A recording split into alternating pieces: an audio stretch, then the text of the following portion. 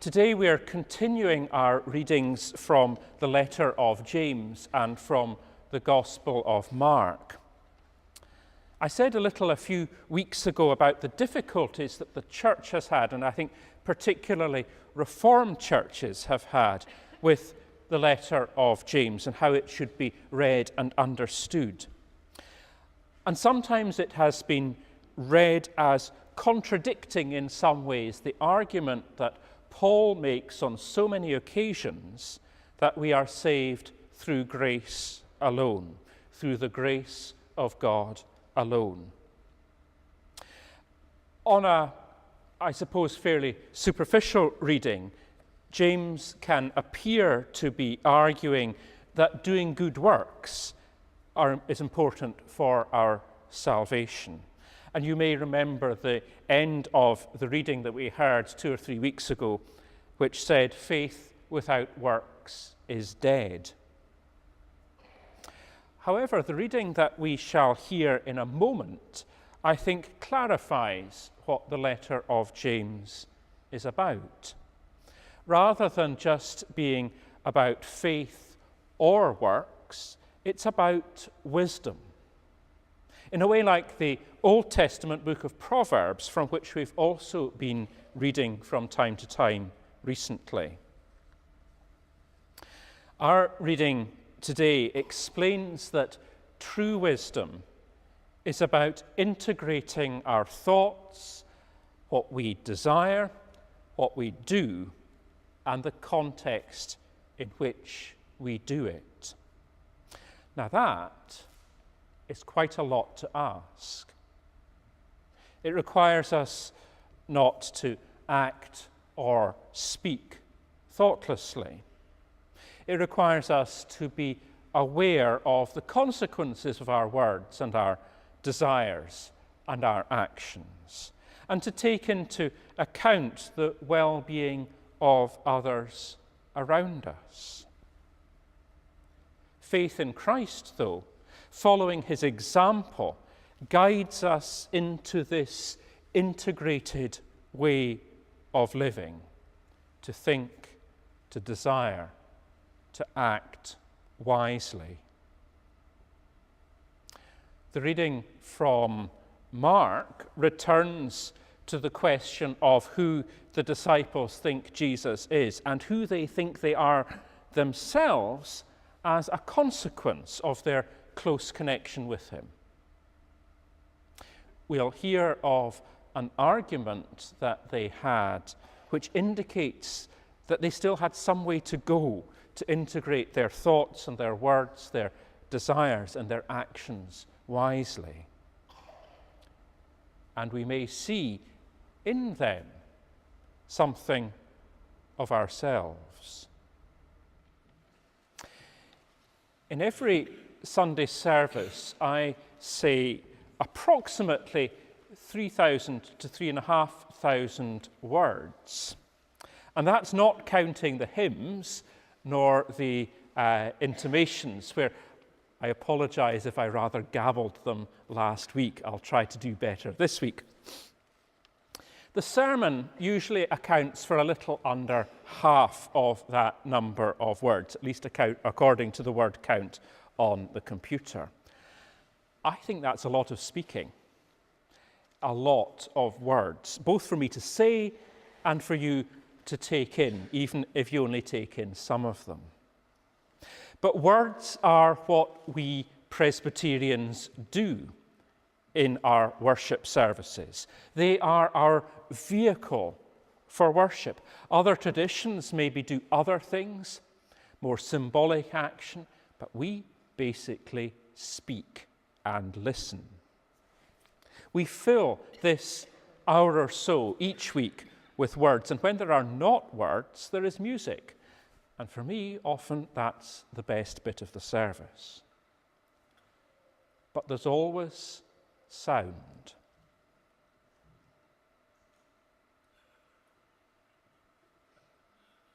Did that make you uncomfortable? Some maybe a little, some not. I think if I'd taken that further, if I'd stood for 5 minutes saying absolutely nothing to you, You'd have thought, what's gone wrong? Because silence can make us uncomfortable. And I can understand why that is. Sound and speaking is our primary way of connecting with one another, with other people. It's our most fundamental way of communicating. When we don't have speaking, we can feel cut off. Think of how isolated you feel if you've got such a sore throat that you cannot express yourself, or if you've suffered from hearing loss and are not sure what people are saying, how isolating that is. Hopefully, the sound in our services, both the words and the music, help to guide our thoughts in good ways. But sometimes we seek out sound as a distraction, as a way of maybe blocking out our thoughts, the thoughts that might disturb us, as a way of filling mental space, which we're afraid might otherwise be filled by things which are uncomfortable, like boredom or loneliness. I was interested that when I had that moment of silence and said, was it uncomfortable? Some people kind of nodded a wee bit and others shook their heads. No, they'd liked it. Perhaps that's an indication of what we should be doing more in services. And I find myself too increasingly valuing silence and making effort to reduce some of the clamour of competing sounds that are vying for my attention, and I sometimes feel overfilling my mind. I used to put music on when I worked. I can't do that anymore. I find silence increasingly to be restful, to leave space for thinking and for concentration. And that to me is a comfortable silence. In our gospel reading, there are silences, both comfortable and uncomfortable silence. But there are also silences which I think convey meaning, silences that we can perhaps relate to. To be fair on the disciples, mentally at least they were having a bit of a rough time. Recently things had changed for them. More or less up to now they'd been having a good time. They'd been travelling around with a very charismatic person. He'd said and done things which had amazed them. And witnessing all this, the disciples were probably beginning to feel that they were special people, that they wanted to stick around this person who made them feel special. They felt that they were privileged to be his friends. But just recently, times had changed. They'd begun to encounter more opposition. There had been more uncomfortable arguments with powerful people. And Jesus had started telling them stuff that really they didn't seem to want to hear. There was talk of suffering and death. Nobody wanted to hear about that kind of thing. But he wouldn't stop. He kept coming back to the subject. And even though he kept talking about it, they didn't understand, or at least they didn't want to understand. So they sought refuge, they sought comfort in silence. If he didn't talk about it, perhaps he'd change the subject. If they didn't talk about it, perhaps they would encourage him to be a bit more positive. If they didn't talk about it, perhaps it wouldn't happen.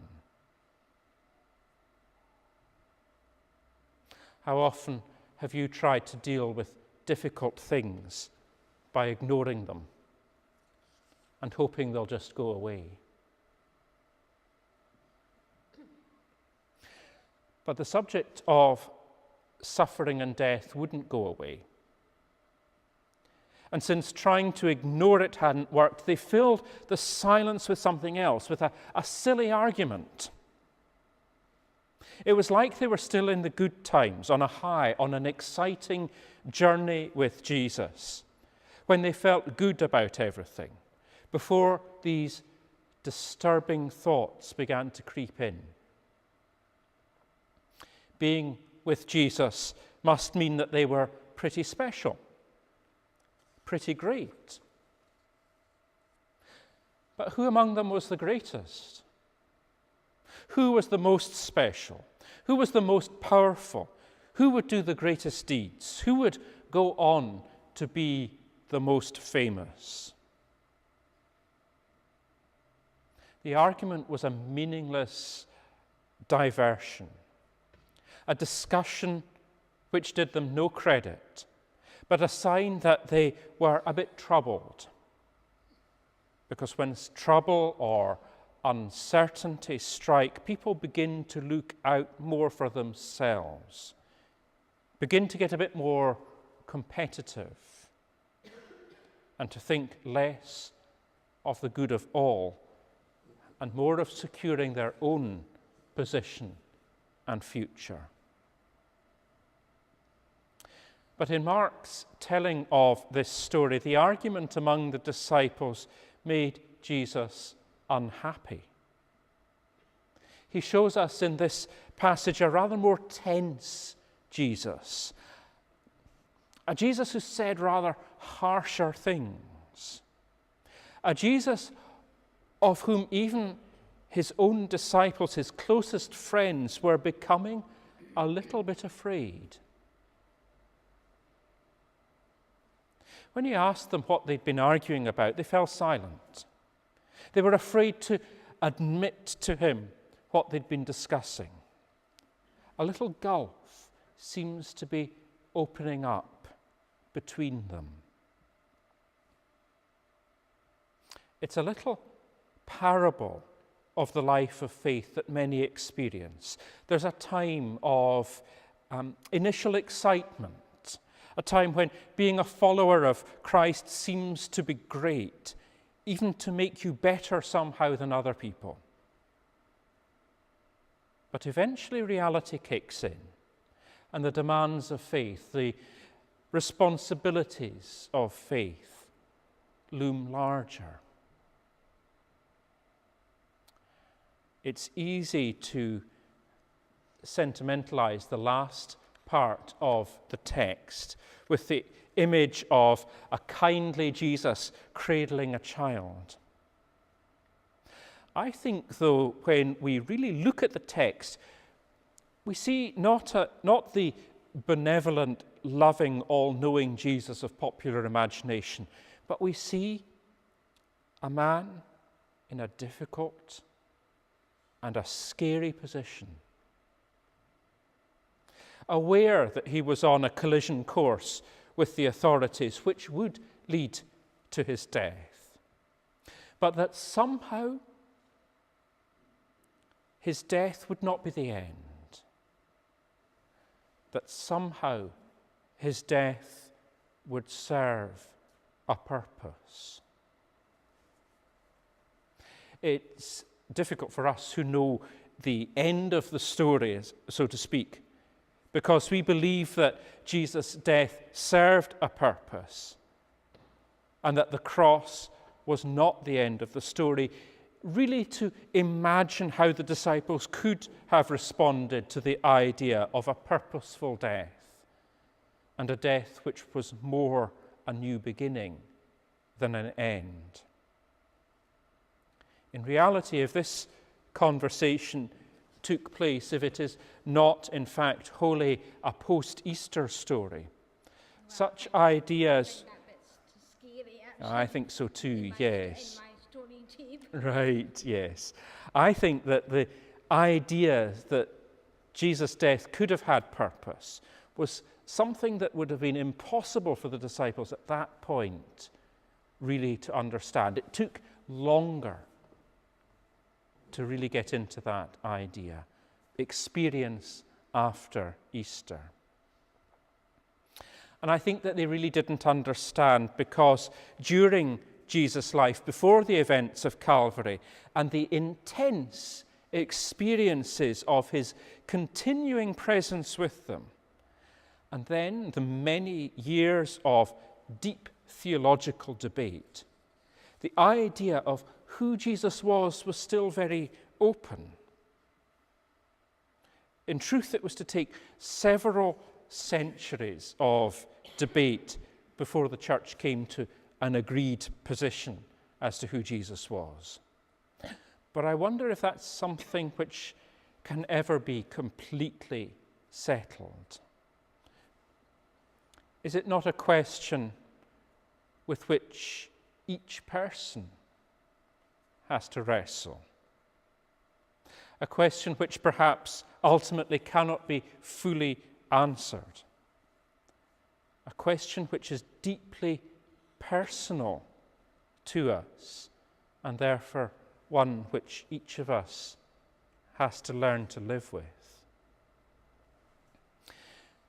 But that question cannot be what Mark implies it was for the disciples, a question to be afraid of. It's a question to be engaged with, to be embraced.